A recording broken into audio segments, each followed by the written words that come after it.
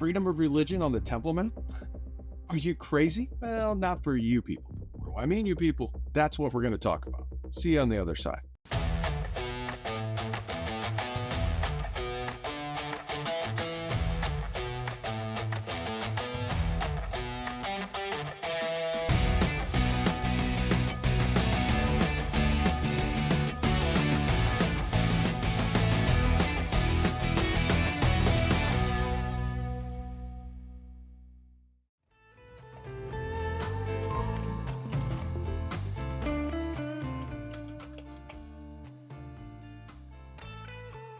Shalom, welcome back to Right Side In.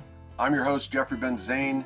Today we're going to quickly cover a very important topic concerning religious freedom on the Temple Mount in Jerusalem, or lack thereof. The fact is, there is no religious freedom on the Temple Mount, but for one group. Why is it acceptable that only Muslims have the freedom to pray and worship their God on the holiest site on earth? There's been a lot of discussions in the media and across the press in the last couple of weeks leading up to this Muslim month of Ramadan that we now find ourselves in.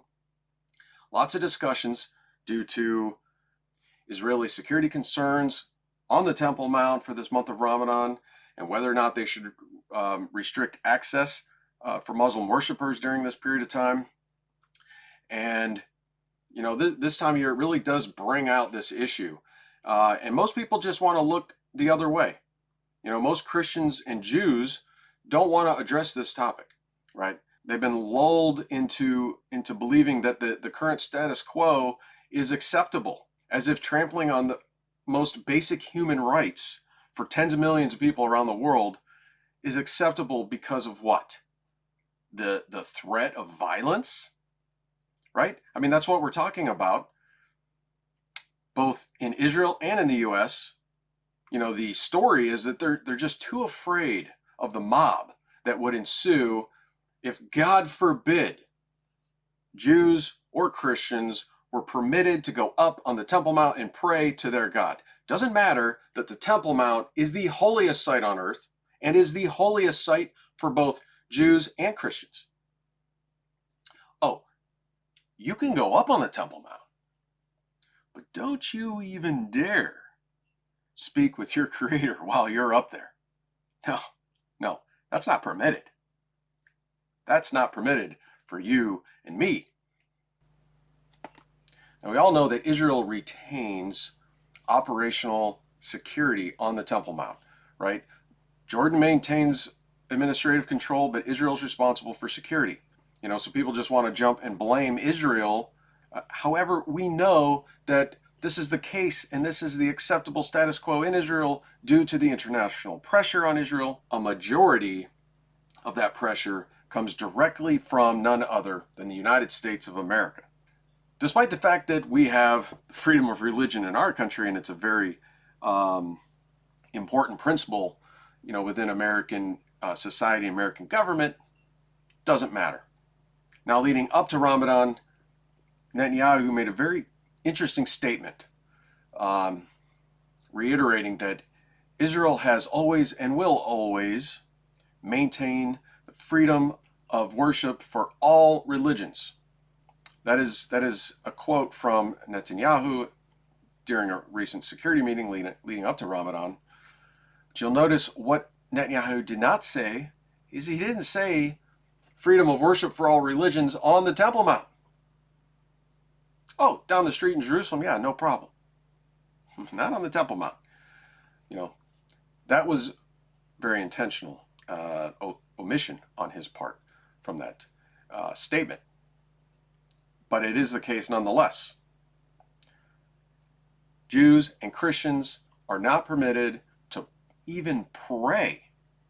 I mean, God forbid you even go up there and look Jewish. You know, you're probably going to be required to have an armed escort to even go up on the mount, let alone open a prayer book. This is the sad reality that we live in. Now, it is no coincidence that just prior to this security meeting in Israel and prior to the launch of Ramadan, you know, we have statements coming out of the U.S. State Department like this. I would just say, as it pertains to Al-Aqsa, we continue to urge Israel to facilitate access to the Temple Mount for peaceful worshipers during Ramadan, consistent with past practice, and that'll continue to be our position.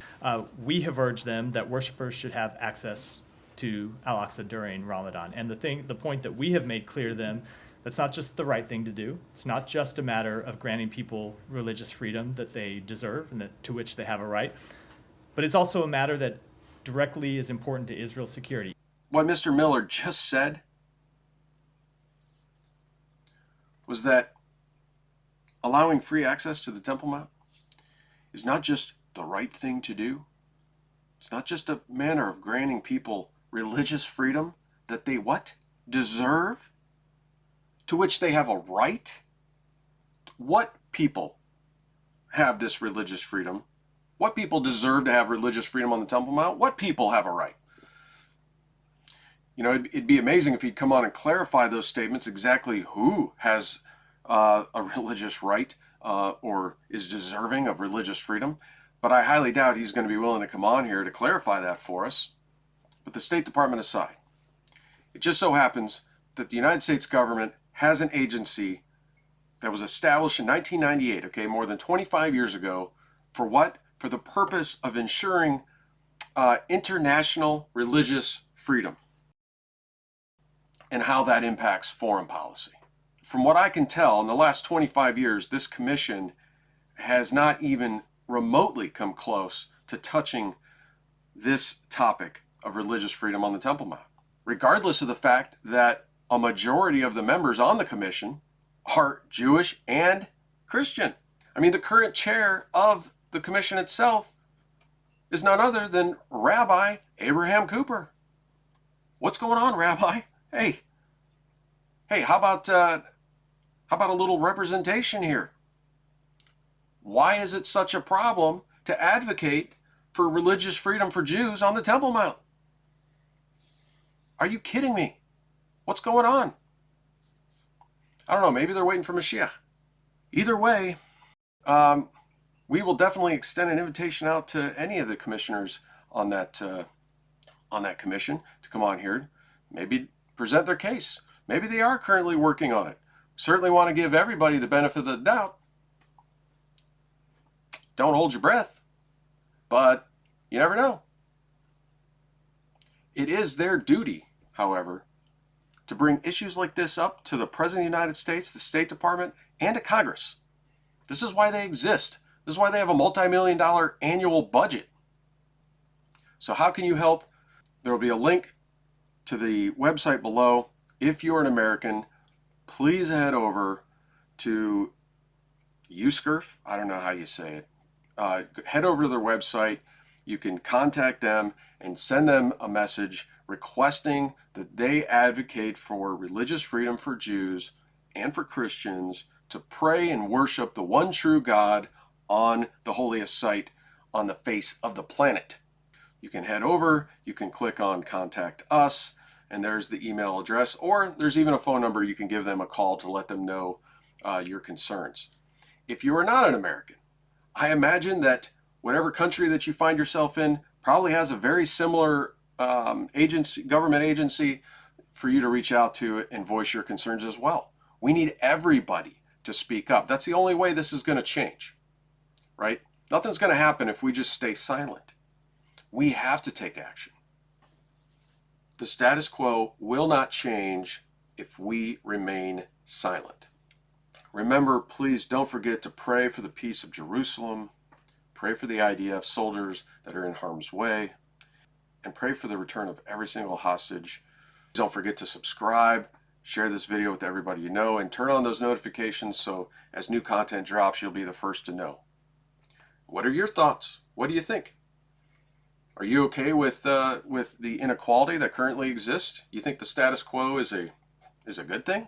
I don't know. Maybe you do. Please leave your comments below. Let us know what you think. We're also going to have some videos coming up focused on not just the Temple Mount, but the building of the third temple. We know it's prophesied to happen. There are many different schools of thought on the issue. Many believe that the temple won't be built until Mashiach comes.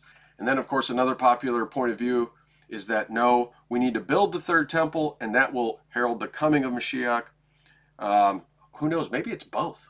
Is that possible? You think maybe? Could they both happen simultaneously? And everybody is right? I don't know. But we're going to be covering that in depth coming up here. So you're not going to want to miss the discussions on the third temple. So please remember to turn on those notifications and click that bell so when new content drops, you'll be the first to know. Thanks again, and we'll see you next time. Shalom Aleichem.